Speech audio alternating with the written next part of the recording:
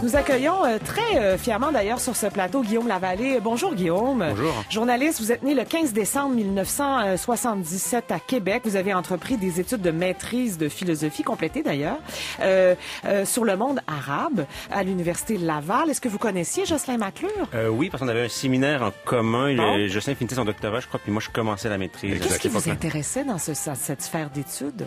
En philosophie ou sur le monde arabe? Ben, sur le monde arabe, en fait. Sur le monde arabe, parce que je me souviens très bien d'avoir déjà eu, je pense, une conversation entre une pause à l'université avec Jocelyn. C'est l'idée qu'en philosophie, il y a un moment donné où il faut faire des choix. Est-ce qu'on s'intéresse plus à la philosophie grecque, à la philosophie allemande, la philosophie française?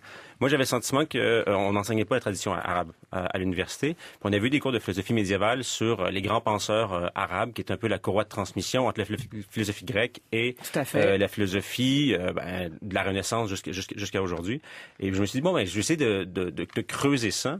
Puis j'ai un professeur qui m'a dit, il y aura un programme pour toi au Liban, si tu veux. Donc j'ai fait ma maîtrise, une partie à l'Université Laval, une partie au Liban, puis c'était en 2001. Donc l'actualité aussi, j'étais là-bas avant que l'actualité nous rattrape. Mais c'est ça, c'était passionnant. Puis j'ai passé en fait 1 an et demi jusqu'à la maîtrise, toute la maîtrise, puis après le début du doctorat, à me consacrer à l'étude de penseurs arabes médiévaux ou contemporains. Oui. Est-ce que ça vous a servi dans votre métier de journaliste? Parce que vous devenez journaliste, vous avez fait des études de journaliste, vous allez d'abord en Égypte faire votre stage pour l'AFP en 2004, puis vous allez au Soudan. D'ailleurs, c'est un pays dont on parle, c'est-à-dire le pays voisin, on en parle, le Soudan du Sud, à cause de cette famine. Est-ce que vous diriez que ça vous a apporté un regard plus juste, avec plus d'acuité, par rapport au pays où vous avez travaillé comme journaliste, ces études? J'espère que oui, mais je ne chercherai pas à le dire, mais j'espère que oui. C'est sûr que dans le contact avec les gens, c'est toujours intéressant. Parce que quand on parle avec les gens, puis on maîtrise certains canons de la littérature, de la grande littérature d'une tradition, c'est sûr que parfois on peut faire aussi des références à ça quand on parle aux gens. C'est-à-dire que si vous parlez avec une personne, puis vous faites référence à Ibn Khaldoun ou à Averroès ou à Ibn Sina, par exemple, à Avicenne, parfois c'est bizarre, c'est la grande tradition philosophique, mais les gens l'ont étudié aussi. Donc, on peut aussi nouer aussi le dialogue là-dessus. Ils l'ont lu. Ils l'ont lu. Puis surtout, je me souviens très bien de ce qui m'avait marqué, c'est que je trouvais que dans l'après-11 septembre, on focalisait énormément sur la question nous, eux, religion. C'est vraiment le prisme religieux qui définissait tout. Puis quand j'ai fait ma maîtrise, puis quand j'avais lu Ibn Khaldoun, qui est un sociologue du 14e siècle, arabe du 14e siècle, c'était vraiment l'idée des rapports de pouvoir qui est importante. C'est-à-dire que l'idée que chaque clan souhaite le pouvoir. Et donc, c'était le moteur premier de l'action politique humaine et non la religion. Donc, et ça, je trouvais très intéressant parce que quand j'étais dans le monde arabe, ça a toujours un peu guidé, je dirais, mes perceptions, cette manière-là de comme voir. Comme journaliste, de dire, en fait, ça, de regarder, en fait, quel clan, dans un gouvernement, dans un appareil d'État, dans les tribus, en fait, parce que quand j'étais au Soudan, je m'étais intéressé beaucoup aux questions tribales, puis comment les journalistes peuvent rapporter les questions tribales, parce que, tu sais, c'est assez difficile de savoir ce qui se passe dans une tribu. Il y a des sous-clans, mais parfois, il y a des éruptions de violence qui sont dues à ces questions-là, qui expliquent aussi des manifestations politiques. Et donc, comment s'intéresser à ces choses-là? Je dis pas que je l'ai bien fait, mais je pense que c'est venu aussi avec l'appareil conceptuel, si je peux dire, des études en philosophie. Elisabeth Vallet, prise dans la tempête, vient d'arriver sur ce plateau. Elisabeth, merci d'être avec nous. Je sais que c'est compliqué pour l'ensemble des invités aujourd'hui à cause, évidemment, de la température, de cette tempête qui continue de sévir sur Montréal. Politologue, Elisabeth Vallet, directrice scientifique de la chaire de l'Observatoire à l'Observatoire des États-Unis de la chaire Raoul Dandurand, spécialiste de la politique américaine. J'en parle parce que vous publiez cette semaine, Guillaume Lavallée, un ouvrage intitulé Drone de guerre. Elisabeth, sachez-le. Alors, vous êtes entrée en poste en 2012 à Islamabad, au Pakistan, et vous couvrez à l'époque pendant 3 ans pour l'AFP le Pakistan et l'Afghanistan. On a capturé peu de temps auparavant Ben Laden au Pakistan. C'est là qu'on s'est mis à parler beaucoup du Pakistan, Guillaume, à cette époque-là, cette fameuse capture organisée par le gouvernement de Barack Obama, par laquelle d'ailleurs il avait conclu avec la phrase suivante « We got him ». Tout le monde s'était étonné que Ben Laden était là. Donc, loin de la capitale, d'ailleurs, Guillaume. Une centaine de kilomètres, c'est 1h30 de route. C'est comme s'il avait été pris à Saint-Jean-sur-Richelieu. Voilà. C'est-à-dire, non, mais dans le sens où, non, mais je veux dire, dans le sens où, à Montréal, dans le sens où Abbottabad aussi, c'était une ville garnison de l'armée. Et donc, c'est une ville où il y a un collège militaire où tous les hauts officiers de l'armée pakistanaise vont passer un jour par là. Donc, comme un peu, on pourrait dire, le collège de Saint-Jean. À l'époque, la question qui hantait tous les médias occidentaux, c'était est-ce que les Pakistanais ont collaboré avec les Américains dans l'organisation de la capture, Guillaume? Oui, en fait, toute la question, c'était le double jeu des Pakistanais. Ouais. Est-ce que les Pakistanais ont joué un double jeu? Est-ce qu'ils nous bernent depuis le début de la guerre contre la terreur celle de 2001. Moi, j'ai trouvé qu'en anglais, il y avait beaucoup de livres là-dessus. Puis je trouvais qu'en français, il n'y avait pas beaucoup de livres sur le Pakistan. Puis dans le livre, en fait, j'ai essayé, je vous dirais, d'évincer en partie cette question-là. Parce que je me suis dit, on pourra faire 1 million de livres si on veut, à savoir si les Pakistanais ont joué le double jeu, à quel point ils l'ont joué. On peut avoir des sources en on, en off dans les services de renseignement pakistanais. Puis là, c'est une boîte de Pandore parce qu'il y a beaucoup d'étages, je vous dirais, là, dans le millefeuille des services de renseignement pakistanais. Et je me suis dit, mais comment, en fait, la population pakistanaise, elle, a vécu l'après 11 septembre? C'est ça qui vous intéresse. C'est ça qui m'intéressait vraiment pour d'un point de vue journalistique. Elisabeth? On peut presque dire que de facto, il y a probablement, c'est un peu ce que tu dis, c'est un double jeu du Pakistan parce qu'au sein des services de renseignement, on sait qu'il y a plusieurs factions, dont une qui est très proche des talibans. Et de fait, il est intéressant que l'équipe de Barack Obama ait choisi de ne pas informer le Pakistan de ce qui se tramait ou le plus tard possible pour justement éviter les fuites parce qu'on ne sait pas, en fait, à quel endroit se situent les trous de la passoire dans le gouvernement pakistanais, mais tout ce qu'on sait, c'est qu'il y en a. Donc on ne peut pas garder un secret à la chancellerie pakistanaise. Dans les communications entre les deux pays. Alors, évidemment, ce qui vous intéresse dans cet ouvrage, c'est comment le pays a changé depuis les événements du 11 septembre 2001. Il y aurait eu 500 attentats terroristes depuis le 11 septembre 2001. Comment on explique ça au Pakistan?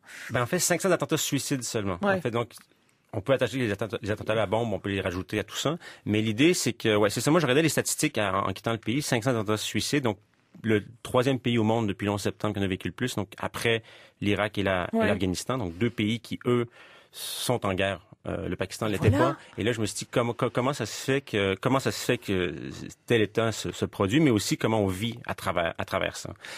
Comment ça s'est produit, en fait? L'idée est assez simple, en fait. C'est que les talibans, après le 11 septembre, se sont repliés sur le Une partie d'entre eux, talibans, Al-Qaïda, tout l'international djihadiste, je dirais, à partir de ce moment, commence à graviter dans les zones tribales pakistanaises. Puis une partie de ces gens-là, on parlait du double jeu, se sont dit, peut-être qu'en fait, le gouvernement pakistanais est lui-même un agent des États-Unis dans cette guerre-là. Et donc, on va mettre de la pression sur le gouvernement pakistanais pour qu'il s'allie qui s'alignent avec nous, en fait, les talibans et Al-Qaïda, et on va le viser aussi dans des attentats.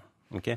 Donc, il y a eu énormément d'attentats qui ont visé tout ce qui était les symboles du pouvoir pakistanais, puis qui se sont aussi par le temps aussi propagés à toutes les sphères de la société. Donc, ce qui fait en sorte que dans le nord-ouest du Pakistan, il y avait énormément d'attentats, des fois. Puis comme journaliste, en fait, on couvre, c'est un peu la réalité du quotidien. C'est-à-dire à chaque semaine, à un moment donné, il y avait un attentat qu'on couvrait parce que on arrivait au bureau le matin, puis bon, l'attentat est déjà produit, il va arriver à quelle heure. C'était vraiment ça, le travail. À quelle heure l'attentat du jour. Puis des fois, tu sais, des moments où tu es au bureau. Je me souviens très bien d'un attentat dans le Sindh, à un moment donné, où 3h30 de l'après-midi, tu es dans le bureau. Vendredi, tu dis, OK, la grande prière est terminée. Du vendredi, il se passe rien, il se passe trop rien. Puis là, pouf, ça explose. Mais ça arrivait souvent, ces choses-là. Ça arrivait souvent, puis ça faisait partie du quotidien des gens. Puis moi, ce qui m'intéressait, c'est de savoir comment on vit à travers ça. Parce que nous, je pense que la France a vécu énormément d'attentats dans les dernières années. Oui. C'est un trauma. Moi, mes amis en France sont... chaque fois que je leur parle, en fait, je sens que la fibre du traumatique est encore là. Puis ici, on a eu 2 ou 3 attentats dans les dernières années, différents. Moi, je me dis 500, comment on fait pour, quand on regarde la télévision, quand on envoie ses enfants à l'école, quand la vie quand on vient du travail, quand la vie doit continuer, mais à la fois, il y a des réflexes sécuritaires qui rentrent aussi.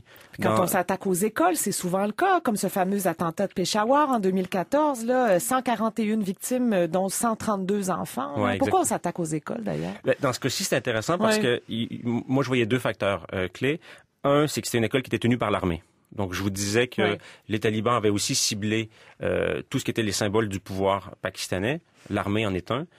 L'autre chose, c'est qu'à ce moment-là, 6 mois plus tôt, l'armée avait lancé une offensive dans les zones tribales, au Waziristan du Nord, qui était vraiment l'épicentre. Avant qu'on parle de l'État islamique en Syrie, l'épicentre mondial du djihad, c'est les zones tribales pakistanaises. l'armée pakistanaise avait décidé de lancer une vaste offensive là-dedans. Ça faisait des années que les Américains disaient « tapez dans la fourmilière, tapez dans la fourmilière ». Il y a un moment donné où les Pakistanais ont décidé de le faire. Ils sont allés. Puis là, les talibans se sont dit on va se venger. Okay? Puis quand vous faites des opérations, vous tuez aussi des enfants. Nous, on va tuer aussi vos enfants parce que vous savez que dans notre société, ce qui est le plus précieux, c'est bien les enfants. Donc, c'était vraiment l'idée de la loi du talion. L'argument numéro 2. Mais oui, il ne parle pas d'une escalade de violence, évidemment. Puis on apprend aussi dans votre ouvrage que c'est le pays, le Pakistan, le plus bombardé par les drones américains. On a beaucoup dit, Elisabeth Vallet, que Barack Obama était le président du drone. Oui. Là. Pourquoi les Américains ont autant bombardé le Pakistanais par des drones? Ce qui provoque quand même une ambiance que vous décrivez qui est complètement surréaliste, là aussi. Là. Mais la raison est assez simple et à la fois compliquée, c'est-à-dire simple parce que justement, après le 11 septembre, nous, on a attaqué, nous, l'Occident, les pays de l'OTAN, ont attaqué le régime des talibans en Afghanistan. Les talibans, une partie d'entre eux, se sont repliés et les membres d'Al-Qaïda au Pakistan. Il y en a beaucoup. Et là, il n'y avait pas de mandat pour bombarder le Pakistan. Puis de toute manière, une invasion terrestre du Pakistan aurait eu des conséquences. C'est un pays de 200 millions d'habitants, ça aurait été catastrophique. T'sais. Donc la seule manière possible de le faire, à un moment donné, c'est d'étendre le domaine de la guerre par les drones. Puis il y avait aussi un vide juridique, certains vont dire au Pakistan, qui permettait aussi de pouvoir bombarder, surtout que les zones tribales pakistanaises, ce qui est intéressant, c'est qu'ils ne sont pas régis à la constitution pakistanaise. Du moins jusqu'à l'instant, il y a un projet de loi maintenant au Pakistan pour changer ça, mais ces régions-là, la constitution pakistanaise ne s'applique pas dans ces régions-là.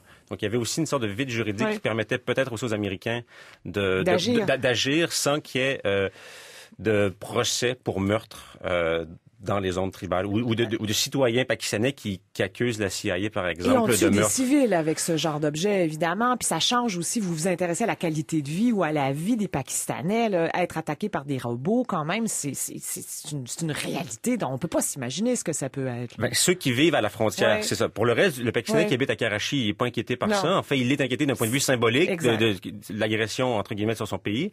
Mais c'est sûr que dans les zones tribales, moi, ce qui m'intéressait, c'est de voir comment on vit sous les drones. Comment on vit.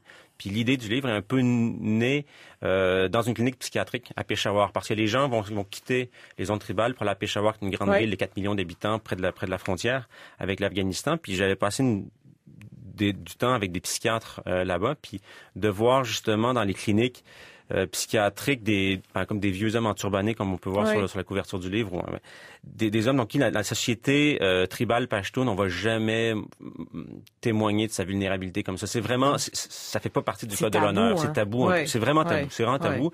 Et de voir la consommation d'antidépresseurs qui a augmenté. Puis il n'y a pas vraiment de données. On glanait des statistiques avec des différents psychiatres, puis de voir aussi qu'il y avait aucune manière de faire du suivi psychiatrique aussi. Moi, je suis pas psychiatre, mais tu sais, quand je parlais avec les psychiatres, ils me disaient, tu sais, nous, on prescrit des choses, les gens retournent dans les villages, puis ils reviennent ou ils reviennent pas, tu sais. On peut pas rien faire d'autre que ça, là. Puis, tu sais, les ratios, c'était quoi? Il y avait, je pense, 45 psychiatres pour 45 millions d'habitants dans le Nord-Ouest. Fait que c'était un pour 1 million. C'est intéressant parce qu'on va parler d'un essai sur l'empathie, contre l'empathie, en fait, Nicolas et Jocelyn. Et puis, on se demande toujours quand on regarde, parce que le Pakistan, pour nous, c'est très, très loin. D'ailleurs, on parle beaucoup plus des attentats terroristes commis dans un pays comme la France, ou même ici, ce qui a pu se passer, bien sûr, chez nous, bien avant de parler de ce qui a pu se passer au Pakistan. Puis, effectivement, votre livre peut peut-être donner un sentiment d'empathie. Parce que là, on voit comment ça affecte réellement les gens. Là, on est loin des images qui qui finalement nous rendent un peu indifférents à force de les voir à la télévision, par exemple. Est-ce que c'est un objectif aussi de votre part? Ben, c'est sûr que c'est l'objectif. Puis c'est ça, d'un point de vue journalistique, je pense que l'empathie dans les conflits, peu importe le conflit, ça peut être le Pakistan, quelqu'un qui serait sur le Sri Lanka, je sais pas, les rébellions tamouls au Sri Lanka il y a une dizaine d'années. Mais l'idée fondamentale, quand même, en journalisme, c'est de faire voir à l'autre. C'est-à-dire que les gens qui lisent puissent se mettre dans la tête ou dans le cœur aussi des gens qui sont dans les pays. Mais voilà. Et donc de se dire, bon, mais comment moi j'aurais réagi? Okay? Est-ce que moi je serais devenu violent, par exemple? Est-ce que moi j'aurais eu peur quand j'envoie mon enfant à l'école? Est-ce que moi j'aurais pris les armes dans une circonstance autre? Parce que dans le livre, par exemple, il y a un jeune survivant d'une attaque de drone, puis vraiment je lui pose la question en disant, mais à la fin, t'aurais pas le goût de te venger contre les Américains? T'aurais pas le goût de devenir un taliban, toi aussi? Tu pourrais le devenir parce qu'ils ont tué ta famille. Tu pourrais... les Américains ont tué ta famille, tu pourrais. Puis c'est comme, j'y pense. tu sais, je vais, mais je me dis, par l'empathie, on peut se mettre aussi dans la position de lui en disant, mais imaginons que quelqu'un a tué votre famille. S'attaque à votre famille, bien sûr. Vous pourriez aussi vous dire, un jour, je vais me venger, tu sais, sans légitimer l'acte, mais quand même de se mettre de ce point de vue-là. Puis, maintenant, j'enseigne à l'université le journalisme. À l'École des médias du CAM, ouais, c'est ça. Puis l'idée, c'est avec les étudiants, on avait des discussions. Je leur disais qu'en journalisme, je pense qu'il y a un principe qui m'apparaît important, c'est ce que je pourrais appeler l'empathie critique. C'est-à-dire de se mettre à la place de l'autre, surtout quand on fait des entretiens, d'être empathique envers ce que les gens disent, aussi pour créer des liens, mais à la fois non plus, il y a quand même des zones d'ombre, souvent, dans ce que les gens vont dire. Faut pas non plus être bonasse. Donc, de faire preuve de cette espèce de double dynamique où on est empathique, mais à la fois, on n'est pas dupe non plus de certaines choses. Drone de guerre, votre ouvrage, Guillaume Lavallée, est publié cette semaine chez Boréal. Merci beaucoup d'être avec nous aujourd'hui. Merci.